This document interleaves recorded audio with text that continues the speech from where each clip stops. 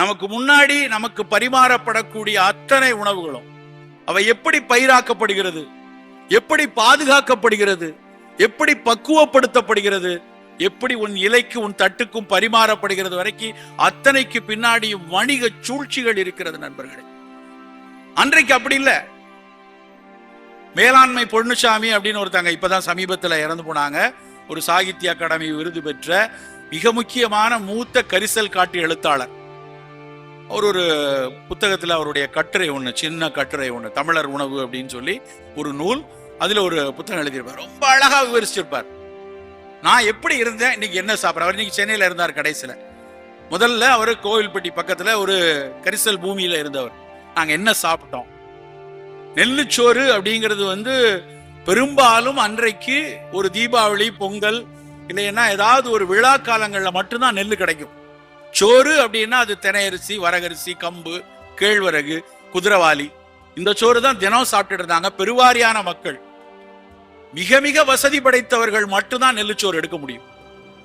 அன்றைக்கு இந்த மாதிரியான நோய் கூட்டம் இல்லை. இவ்வளவு சக்கரை வியாதி கிடையாது, இவ்வளவு ரத்த கொதிப்பு கிடையாது, இவ்வளவு புற்றுநோய் கிடையாது. என்னைக்கு நம்ம எல்லோரும் வசதியா சாப்பிட ஆரம்பிச்சோமோ அன்னைக்கு அவ்வளவு பிரச்சனையும் வர ஆரம்பிக்குது. அவர் விரித்து விரித்து எழுதுகிறார். அன்னைக்கு நான் என்ன சாப்பிட்டேன், வெறும் பயறு, வெறும் தட்டப்பயிறு, காராமணி, உளுந்து, அவரைக்காய், பீர்க்கங்காய், சொரக்காய், ஒரு 5 காய், 2 பழம், வெறும் தானியமா ஒரு 7-8 தானியம். இது எல்லாம் தனக்கு ஒரு 5 கிலோமீட்டர் தொலைவில் எல்லாம் விளையும். அருகாமையில் விளையக்கூடிய பொருளை வச்சு நல்ல உடல் உழைப்போடு வேலை செய்து இதையெல்லாம் சாப்பிட்டப்ப உடல் நன்றாக இருந்துச்சு. இன்னைக்கு நமக்கு ஆஸ்திரேலியால இருந்து ஓட்ஸ், கலிபோர்னியால இருந்து திராட்சை, ஆஸ்திரியால இருந்து ஆரஞ்சு பழம், ஒவ்வொன்றும் அது இவ்வளவு நல்லது, இது இவ்வளவு நல்லது, இதை சாப்பிடலையா அதை சாப்பிடலையான்னு விளம்பரங்கள். இவற்றையெல்லாம் பார்த்து நம்ம சாப்பிட ஆரம்பிச்சதோட விளைவுதான் அது ஒவ்வொன்னோட வெளிநாடுல இருந்து அது இங்க வரும்போது அது வெறும் பழங்களாக மட்டும் வரல. அந்த பழங்களுக்கு மேல என்ன பூசி இருக்காங்க, வேறு வேறு தட்பவெப்பத்தில் விளைந்தது நம் இடத்திற்கு வருவதற்குள் கெட்டு போகாமல் இருப்பதற்காக எத்தனை பொருட்கள், இத்தனையும் சேர்ந்துதான் நம்ம சாப்பிட ஆரம்பிச்சோம். நாம நினைக்கிற மாதிரி இந்த நூடுல்ஸோ பிரெட்டோ இல்லைன்னா ஒரு ஜூஸ் பாக்கெட்ல அடைத்து விற்கப்படக்கூடிய ஒரு ஜூஸோ வெறுமன பழச்சாறுல இல்லைன்னா வெறுமன கோதுமையில இல்ல வெறும் பாலில் செய்த விஷயங்கள் இல்ல. அதோடு சேர்ந்து அது கெட்டு போகாமல் இருக்க அந்த நிறுவனங்கள் தனக்கு வேண்டிய வண்ணம் கொண்டு வருவதற்காக, சுவையை கூட்டுவதற்காக எத்தனை எத்தனை ரசாயனங்கள் கொட்டி அது நமக்குள்ள வருது. அவசியமா அது விளம்பரங்கள் வருது. உங்க உடம்ப நல்லா மெலிய வைக்கணுமா, எந்த நேரமும் நல்ல கட்டுடலோட இருக்கணுமா, ஓட்ஸ் சாப்பிடுங்க. யார கேட்டாலும் கேட்டா ஓட்ஸ் சாப்பிட்டா நல்லா உடம்பு இழைக்கும்னாங்க, அதனால ஓட்ஸ் சாப்பிட்றாங்க. எனக்கு தெரிஞ்சு ஓட்ஸ் சாப்பிட்டு உடம்பு இழைச்சி இது வரைக்கும் ஒருத்தரையும் பார்த்ததே இல்லை. ஆனா ஓட்ஸ் வணிகம் பிச்சு கொண்டு போய் கொண்டு இருக்கிறது.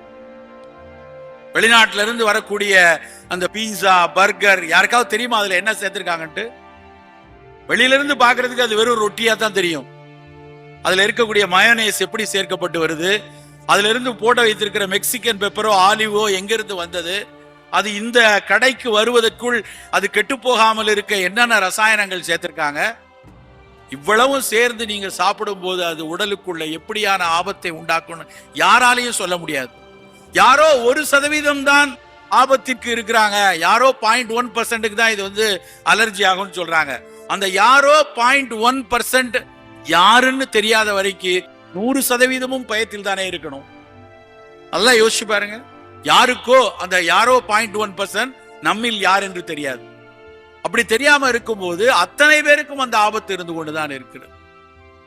நண்பர்களே, நம் பழம் உணவுகள்ல, நம்முடைய மரபு உணவுகள்ல எத்தனையோ நல்ல விஷயங்கள் நம் காப்புக்காக கட்டமைக்கப்பட்டிருக்கிறது. சிறுதானியத்தை எடுத்துக்கொள்ளுங்க. ஓட்ஸ் ஒரு தானியம்.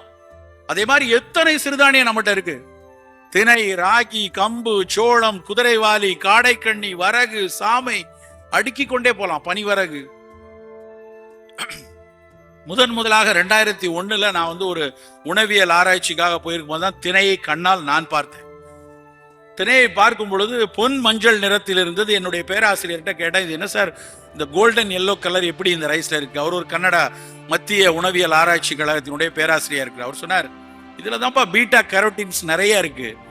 தானியங்கள்லயே பீட்டா கரோட்டின்ஸ் நிறைய உள்ளது இந்த ஒரே ஒரு தானியம் தான், உங்க ஊர்ல உள்ள தானியம் தான், உங்க ஆளுங்க யாரும் சாப்பிடறது இல்லை அப்படின்னு. நமக்கு என்ன தெரியும் பீட்டா கரோட்டின்ஸ்னா கேரட்ல இருக்கு, சி ஃபார் கேரட்னு இங்கிலீஷ்ல படிச்சிட்டோம். அதனால கேரட் கண்ணுக்கு நல்லதுன்னு எல்லாருக்கும் தெரியும். கேரட்டை விட பல மடங்கு கண்ணுக்கு நல்ல விஷயம் நம்ம ஊர் முருங்கைக்கீரையிலையும் பப்பாளிலையும் திணையரிசிலையும் கொட்டி கிடக்குது நண்பர்களே. ஆனா அவற்றை கொடுக்க மறந்து விட்டார்கள் நம் மூத்தோர்கள். அவற்றின் அறிவியல் கண்களை விரித்து பார்த்த சொல்ல மறந்து விட்டது நம்முடைய அறிவியல் உலகம். விளைவு நாம கேரட்ல மட்டும்தான் நல்லதுன்னு இங்கிலீஷ் காய்கறிக்கு போயிட்டு இருக்கோம். திணை அரிசியில அவ்வளவு பீட்டா கரோட்டின் இருக்கு. தானியங்கள்லயே மிகச்சிறந்த அளவு இரும்பு சத்து உள்ளது கம்பரிசியில மட்டும்தான். கம்பங்கூழ் அவ்வளவு நல்லது உடலுக்கு. இரும்பு சத்து நெல்லையும் கம்பையும் இப்படி எடுத்து பார்த்தோம்னா நெல்லரிசியை விட கம்பரிசியில 8 மடங்கு இரும்பு சத்து இருக்கு. கம்பர் சொல்றாரு, அவருக்கும் கம்புக்கு சம்பந்தம் இல்லை, ஆனா அவர் பேர் கம்பர் சொல்றாரு, நெல்லரிசி கம்பரிசியை தூக்கி சுமக்க வேண்டும் என்று ஒரு இடத்துல எழுதுறாரு. அவ்வளவு, ஏன்னா அவர் இங்கதான் இங்க எழுதியத்தான், கொங்கு மண்டலத்தில் எழுதியத்தான் அந்த கட்டுரையில் வருது. அவர் ஒரு முறை கொங்கு மண்டலத்தை நோக்கி வராராம், இங்க நெல் கிடைக்கலையா, உடனே கம்பரிசியில இங்க மக்கள் சாப்பிட்ட உணவு, இந்த ஊர் மக்கள் சாப்பிட்ட உணவு கம்பு தான், கம்பங்கூழ் கொடுக்கிறார்கள் கம்பருக்கு. அவர் அதை சாப்பிட்டு விட்டு உடல் மிக உறுதியாக இருப்பதை உணர்கிறார். அவர் சொல்கிறார், நெல் கம்பை சுமக்க வேண்டும், அவ்வளவு உறுதி படைத்ததுன்னு அவருக்கு தெரியாது. இதுல 8 மடங்கு இரும்பு சத்து இருக்கு, இவ்வளவு மடங்கு கால்சியம் இருக்குன்னு தெரியாது. ஆனால் அறம் இருந்தது அவர் மனதுல, இதை சாப்பிட்டால் நல்லது பயக்கும், இதை சாப்பிட்டா அந்த மண்ணுக்கு நல்லதுங்கிற அறம் சார்ந்த சிந்தனை இருந்தது. ஆனா நம்ம இன்னைக்கு கம்பை மறந்துட்டோம். கம்பங்கூழும் கம்பஞ்சோறும் அவ்வளவு உடலுக்கு அன்றாடம் சேர்க்க வேண்டிய விஷயம். கேழ்வரகு, அந்த கேழ்வரகுல இருக்கக்கூடிய கருஞ்செம்மை நிறம், ராக்கின்னு சொல்றோமே, அந்த கருஞ்செம்மை நிறம் எப்படி வருது? அந்த தாவரம் அந்த கருஞ்செம்மை நிறத்தை அந்த தாவரம் எடுத்துக்கொள்வதற்கு அந்த தாவரம் என்ன பாடுபடுகிறது என்று ஒரு முறை உயிரியலோடு எடுத்து பார்த்தா அவ்வளவு கையெல்லாம் அப்படியே படபடக்கிறது. ஏன்னா அதுல இருக்கக்கூடிய அந்த கருஞ்செம்மை நிறத்துக்கு பின்னாடி தாவரவியல் படிப்பவர்களுக்கு தெரியும், பாலிஃபினாலிக் காம்பவுண்ட். அது ஒரு லைகோபீன் சொல்லக்கூடிய பாலிஃபினாலிக் காம்பவுண்ட். ஒரு பாலிஃபினால அந்த தாவரம் தன்னுடைய விதைக்குள் கொண்டு சேர்க்கணும்னா அந்த தாவரம் மிக கடுமையாக உழைக்கணும். நாம் நலமாக இருக்கணுங்கிறதுக்காக, இந்த அதை கொத்தி சாப்பிடக்கூடிய பறவைகள் நலமாக இருக்கணுங்கிறதுக்காக அந்த தாவரம் மண்ணுக்குள் புதையுண்டு அதுல பல்வேறு தொழில்நுட்பங்களோடு அந்த சத்தை எடுத்து நம் விதைக்கு நமக்கு பரிமாறுகிறது. அதை விடவா இந்த பன்னாட்டு குப்பை உணவுகள் நமக்கு ஏதாவது கொடுக்க போகுது? யோசிச்சு பாருங்க நண்பர்கள். ஒவ்வொரு தானியத்துக்கு பின்னாடியும் ஒரு பெரிய உயிரினுடைய மிகப்பெரிய உழைப்பு இருக்கிறது. அப்ப அந்த கேழ்வரகை நம்ம எப்படி பாராட்டி சீராட்டி நாம் அதை உணவாக எடுத்துக்கொள்ளணும். எய்ட் என்று ஒரு ஆர்கனைசேஷன் இருக்கு, ஆக்ஷன் ஃபார் இந்தியன் டெவலப்மெண்ட் பேரு. அவர்கள் ஒரு ஆராய்ச்சி செய்யறாங்க. வீனிங் பீரியட்ல, தாய்ப்பாலுக்கு அப்புறம் எந்த ஒரு உணவை குழந்தைக்கு விலை குறைவாக, என் நாட்டு மக்களுக்கு விலை ரொம்ப முக்கியம், எல்லோரும் சாப்பிடக்கூடிய அளவுல, அதே சமயத்துல குழந்தைக்கு தேவையான புரதச்சத்து, கால்சியம் சத்து, பல்வேறு துளி துளி கனிமங்கள், வளர்ச்சிக்கு தேவையான சத்து உள்ள உணவு எதுன்னு ஒரு ஆராய்ச்சி செய்யறாங்க. அவங்களுடைய முடிவு என்ன தெரியுமா? நீங்க குழந்தை தாய்ப்பாலுக்கு அப்புறம் திட உணவு பழகக்கூடிய பருவத்துல மிகச்சிறந்த உணவு கேழ்வரகு கஞ்சி. விலை குறைவாக, ஆனா உலகத்தில் எந்த ஊட்ட உணவுகளும் கொடுக்க முடியாத ஒரு கஞ்சியை கேழ்வரகு கொடுக்கும். இப்ப இந்த தானியங்களை எல்லாம் விட்டுட்டு நாம எதுக்கு ஓட்ஸுக்கு பின்னாடி அலையணும்? சரி, ஒருவேளை ஓட்ஸை நம்ம சாப்பிட ஆரம்பிச்சு 7 கோடி மக்கள், இன்னைக்கு ஒரு 1.5 கோடி மக்கள் அதை சாப்பிட்டோன்னு வைங்களேன், என்ன நடக்கும்? எப்ப நமக்கு ஓட்ஸ் வேணாலும் அது காவிரி கரையிலையோ இல்லைன்னா தாமிரபரணி கரையிலையோ இல்லை என்றால் கங்கை கரையிலோ கூட அது விளையாது.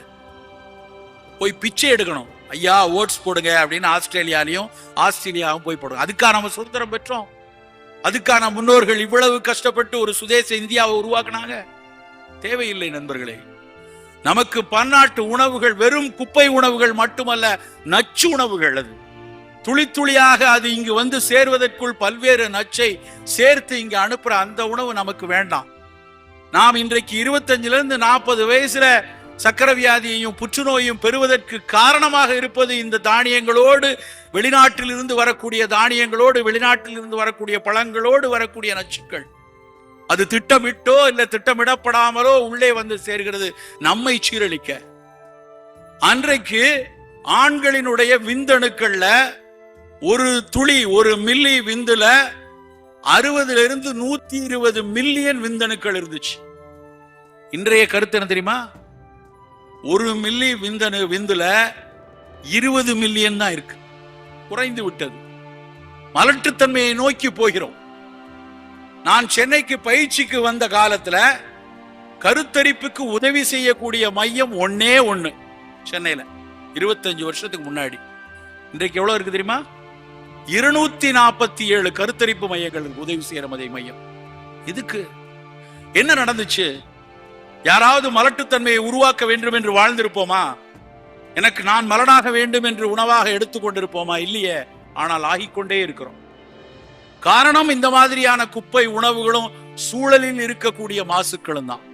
இது எவ்வளவு சிக்கலை உண்டாக்குது, எவ்வளவு உளவியல் ரீதியான சிக்கலை உண்டாக்குகிறது, எவ்வளவு சமூக சிக்கலை உண்டாக்குது.